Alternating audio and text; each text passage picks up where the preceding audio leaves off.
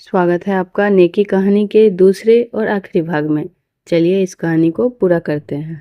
आषाढ़ का महीना आया। मेघराज ने अपनी प्राणदायी उदारता दिखाई। श्रीपुर के किसान अपने अपने खेत जोतने चले। तखत सिंह की लालसा भरी आंखें उनके साथ साथ जाती, यहाँ तक कि जमीन उन्हें अपने दामन में छिपा लेती। तखत सिंह के पास एक गाय थी। वह अब दिन के दिन उसे चराया करता। उसकी जिंदगी का अब यही एक सहारा था। उसके उपले और दूध बेचकर गुजर बसर करता। कभी कभी फाके करने पड़ते। यह सब मुसीबतें उसने झेली, मगर अपनी कंगाली का रोना रोने के लिए एक दिन भी हीरामणि के पास नहीं गया। हीरामणि ने उसे नीचा दिखाना चाहा, मगर खुद ही उसे नीचा देखना पड़ा। जीतते पर भी उसे हार हुई। पुराने लोहे को अपने नीच हट की आंच से न झुका सका। एक दिन रेवती ने कहा, बेटा, तुमने गरीब को सताया, अच्छा नहीं किया। हीरामणि ने तेज होकर जवाब दिया, वह गरीब नहीं है, उसका घमंड मैं तोड़ दूंगा। दौलत के नशे में मतवाला जमींदार वह चीज तोड़ने की फिक्र में था जो कहीं थी ही नहीं। जैसे राम ना समझ बच्चा अपनी परछाई से लड़ने लगता है। साल भर तखत सिंह ने ज्यों त्यों करके काटा। फिर बरसात आई।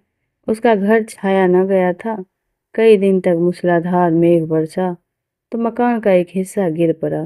गाय वहां बंधी हुई थी, दबकर वह भी मर गई। तखत सिंह को भी चोट आई। उसी दिन से बुखार आना शुरू हुआ। दवा दारू कौन कराता? रोजी का सहारा था नहीं, वह भी टूट गया। जालिम बेदर्द मुसीबत ने कुचल डाला। सारा मकान पानी से भरा हुआ था। घर में अनाज का एक दाना नहीं था। अंधेरे में पड़ा हुआ कराह रहा था कि रेवती उसके घर आई। तखत सिंह ने आंखें खोली और पूछा, कौन है? ठाकुराइन बोली, रेवती रानी आई है। तखत सिंह बोले, मेरे धन्य भाग, मुझ पर बड़ी दया की। रेवती ने लज्जित होकर कहा, ठाकुराइन, ईश्वर जानता है मैं अपने बेटे से हैरान हूँ। तुम्हें जो तकलीफ हो मुझसे कहो। तुम्हारे ऊपर ऐसी आफत आ गई है और हमसे खबर तक नहीं की। यह कहकर रेवती ने रुपये की एक छोटी सी पोटली ठाकुराइन के सामने रख दी। रुपयों की झनकार सुनकर तखत सिंह उठकर बैठ गया। बोला, रानी, हम इसके भूखे नहीं हैं। मरते दम तक गुनहगार न करो। दूसरे दिन हीरामणि भी अपनी मुसाहिबियों को लिए उधर से निकल रहा था। गिरा हुआ मकान देखकर मुस्कुराया। उसके दिल ने कहा, आखिर मैंने उसका घमंड तोड़ ही दिया। मकान के अंदर जाकर बोला, ठाकुर, अब क्या हाल है? ठाकुर ने धीरे से कहा, सब ईश्वर की दया है, आप कैसे भूल पड़े? हीरामणि को दूसरी बार हार खानी पड़ी। उसकी यह आरजू थी कि तखत सिंह मेरे पांव को आंखों से चूमे। अब वह भी पूरी नहीं हुई। उसी रात को गरीब, आजाद, ईमानदार और बेगरज ठाकुर इस दुनिया से विदा हो गए। बूढ़ी ठाकुराइन अब दुनिया में अकेली थी।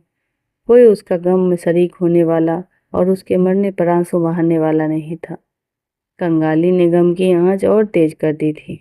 जरूरत की चीजें मौत के घाव को चाहे न भर सके, मगर मरहम का काम जरूर करती है। रोटी की चिंता बुरी बला है। ठाकुराइन अब खेत और चारागाह से गोबर चुनती और उपले बनाकर बेचती। उसे लाठी टेकते हुए खेतों को जाते और गोबर का टोकरा सिर पर रखकर बोझ में हाँफते हुए आते देखना बहुत ही दर्दनाक था। यहाँ तक कि हीरामणि को भी उस पर तरस आ गया। एक दिन उन्होंने आटा, दाल, चावल थालियों में रखकर उसके पास भेजा। रेवती खुद लेकर गई, मगर बूढ़ी ठाकुराइन ने आंखों में आंसू भरकर बोला, रेवती, जब तक आंखों से सूझता है और हाथ पांव चलते हैं, मुझे और मरने वाले को गुनहगार न करो। उस दिन से हीरामणि को फिर उसकी असली हमदर्दी दिखलाने का साहस नहीं हुआ। एक दिन रेवती ने ठाकुराइन से उपले मोल लिए। गांव में पैसे के 30 उपले बिकते थे। उसने चाहा कि इससे 20 ही उपले लूं। उस दिन से ठाकुराइन ने उसके यहाँ उपले लाना बंद कर दिया। ऐसी देवियां दुनिया में कितनी हैं, क्या वह इतना न जानती थी? यह एक गुप्त रहस्य जवाब पर लाकर मैं अपनी इन तकलीफों का खात्मा कर सकती हूँ, मगर फिर भी वह एहसान का बदला नहीं हो जाएगा। मसल मशहूर है, नेकी कर दरिया में डाल। शायद उसके दिल में कभी यह ख्याल ही नहीं आया कि मैंने रेवती पर कोई एहसान किया है। वह वजादार आन पर मरने वाली औरत पति के मरने के बाद 3 साल तक जिंदा रही। यह जमाना उसने जिस तकलीफ से काटा, उसे याद करके रोंगटे खड़े हो जाते हैं। कई कई दिन निराहार बीत जाता, कभी गोबर नहीं मिलता, कभी कोई उपले चुरा कर ले जाता। ईश्वर की मर्जी, किसी का घर भरा हुआ है तो खाने वाला नहीं है और कोई रो रो कर जिंदगी काटता है। बुढ़िया ने यह सब दुख झेला मगर कभी किसी के सामने हाथ नहीं फैलाया। हीरा मनी की 30वीं सालगिरह आई। ढोल की सुहानी आवाज़ सुनाई देने लगी। एक तरफ घी की पुड़ियाँ पक रही थी, दूसरी तरफ तेल की।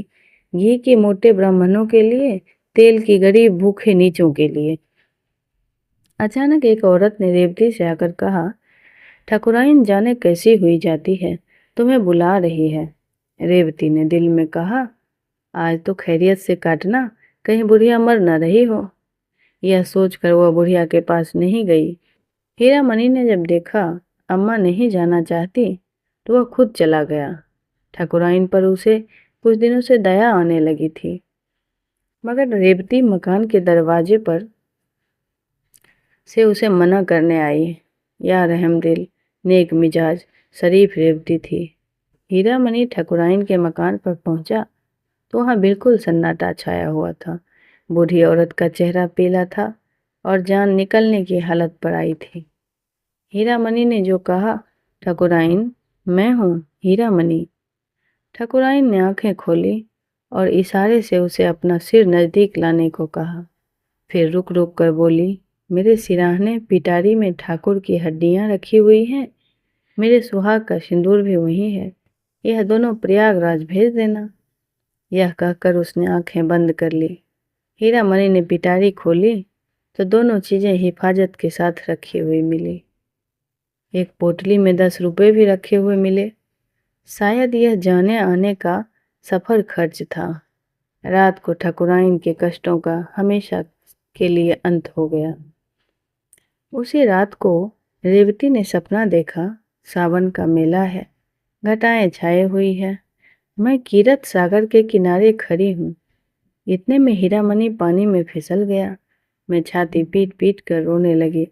अचानक एक बूढ़ा आदमी पानी में कूदा और हीरा मनी को निकाल लाया।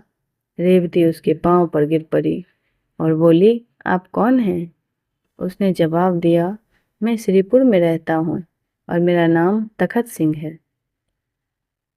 श्रीपुर अब भी हीरा मनी के कब्जे में है, मगर अब रौनक दोबाला हो गई। वहाँ जाओ तो दूर से ही शिवालय का सुनहरा कलश दिखाई देता है। जिस जगह तखत सिंह का मकान था वहाँ यह शिवाला बना हुआ है। उसके सामने एक पक्का कुआं और पक्की धर्मशाला है। मुसाफिर यहाँ ठहरते हैं और तखत सिंह का गुण गाते हैं। यह शिवाला और धर्मशाला दोनों उनके नाम से मशहूर हो गया। तो दोस्तों, आपको ये कहानी कैसी लगी कमेंट में ज़रूर बताएं।